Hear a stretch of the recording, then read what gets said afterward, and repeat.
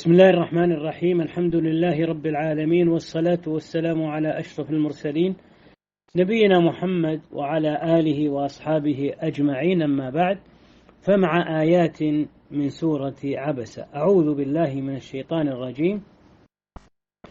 فلينظر الإنسان إلى طعامه.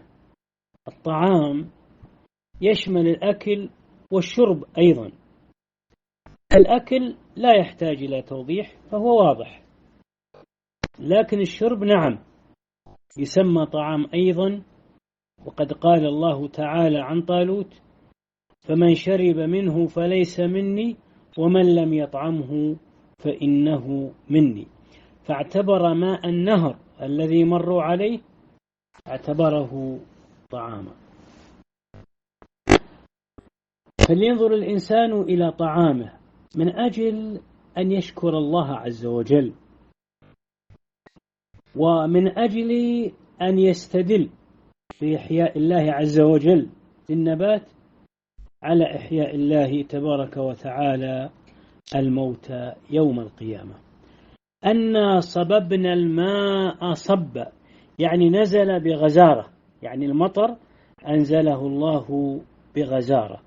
ثم شققنا الأرض شقا، يعني جعلها مشقوقة، جعلها مشقوقة.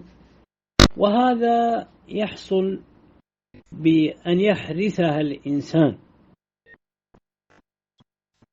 وهو من عمل الله عز وجل ينسب إلى الله: والله خلقكم وما تعملون.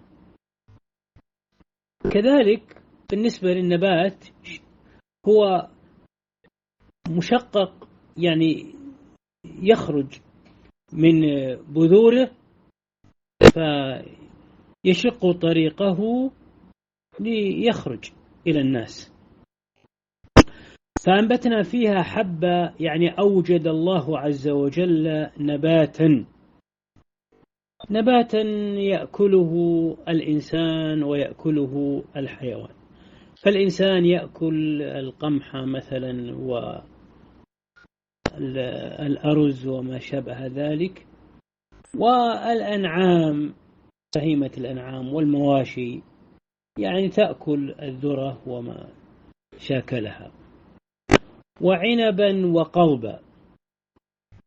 العنب الفاكهة المعروفة، والقضب يعني يسمى العلف، يسمى القت، يسمى البرسيم، تأكله الدواب. وزيتونا ونخلا. شجرة الزيتون وشجرة النخل معروفتان،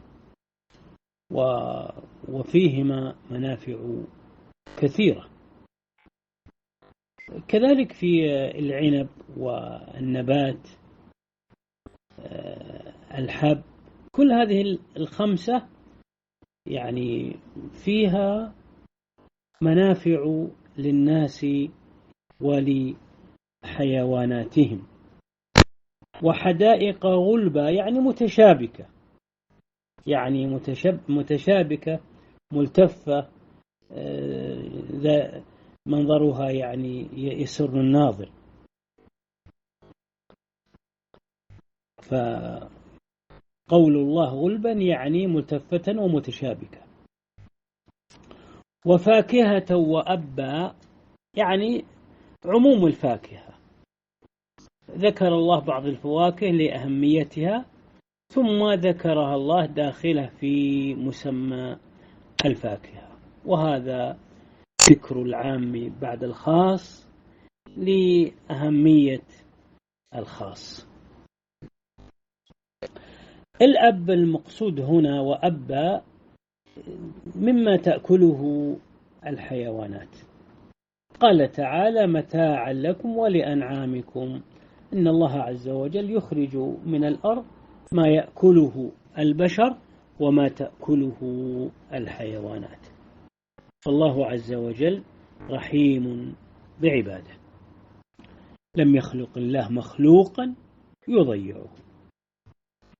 قال تعالى: فإذا جاءت الصاخة، يعني انتقل الرب تبارك وتعالى في الكلام من أمور الدنيا إلى الكلام على أمور الآخرة، وهذا فيه بلاغة وفيه تأثير لمن وفقه الله عز وجل.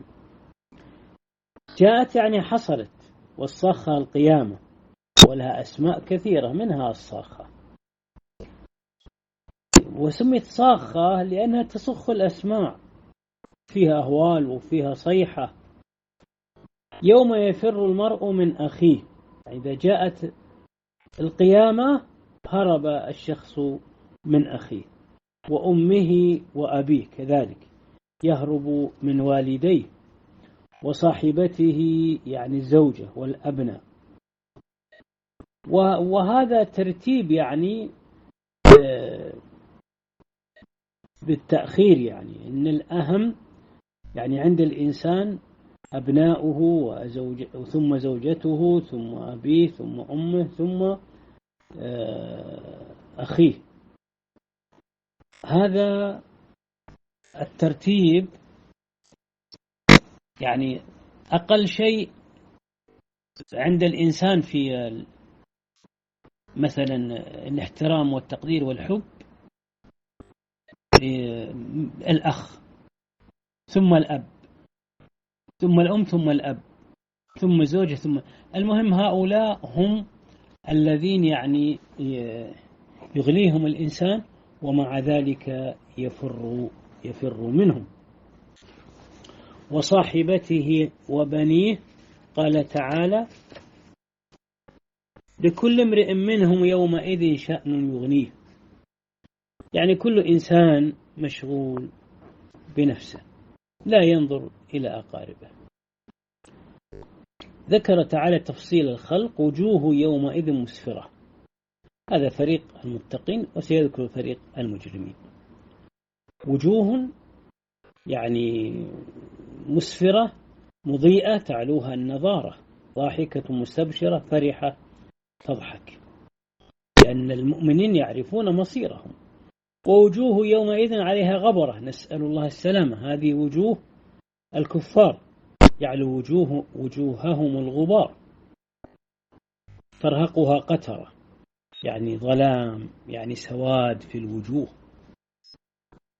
أولئك هم الكفرة الفجرة، هؤلاء كفار بقلوبهم وهم فجار بأعمالهم، فقد جمعوا بين الكفر والفجور، الكفر بالقلوب والفجور بالأعمال، نسأل الله السلامة والعافية. ننتقل إلى سورة التكوير. بسم الله الرحمن الرحيم. إذا الشمس كورت.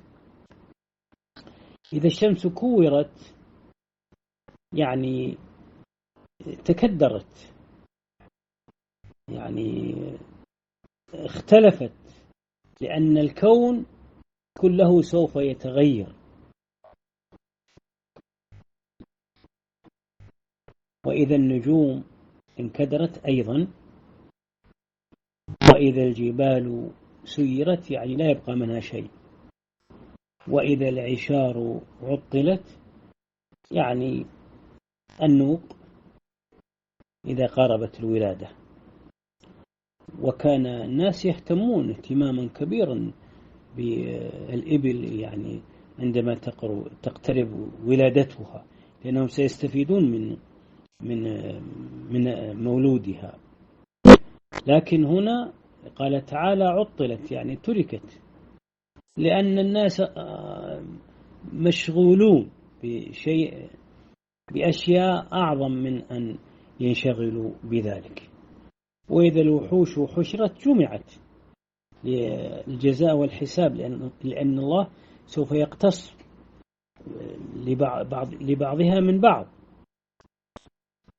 وإذا البحار سجرت صارت نيرانا وزال عنها الماء، وإن كان الماء في الدنيا غزيرا حتى أن بعض المناطق في المحيطات يصل عمقها إلى 11 كيلو متر، ومع ذلك فإنها تيبس يوم القيامة وبدلا من أن يكون فيها الماء تكون فيها النار، نسأل الله السلامة. وإذا النفوس زوجت يعني يجعل الله الناس بعضهم مع بعض، الفجار مع الفجرة والمؤمنون مع المؤمنين. وإذا الموءودة سئلت هي الفتاة الصغيرة، وقد كان يعني بعض من العرب يقتلون بناتهم إما خوفا من العار وإما خوفا من قلة الرزق. قال تعالى بأي ذنب قتلت، يعني أنها تسأل كيف قتلت، لماذا قتلت، والسبب الموجب لقتلها.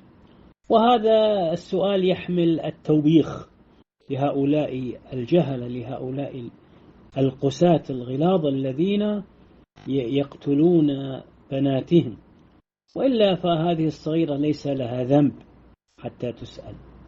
لكن هذا فيه إشارة واضحة إلى أن قاتلها سوف يسأل. أسأل الله بمنه وكرمه أن يكفينا الشر وأن يختم لنا بخير، والسلام عليكم ورحمة الله.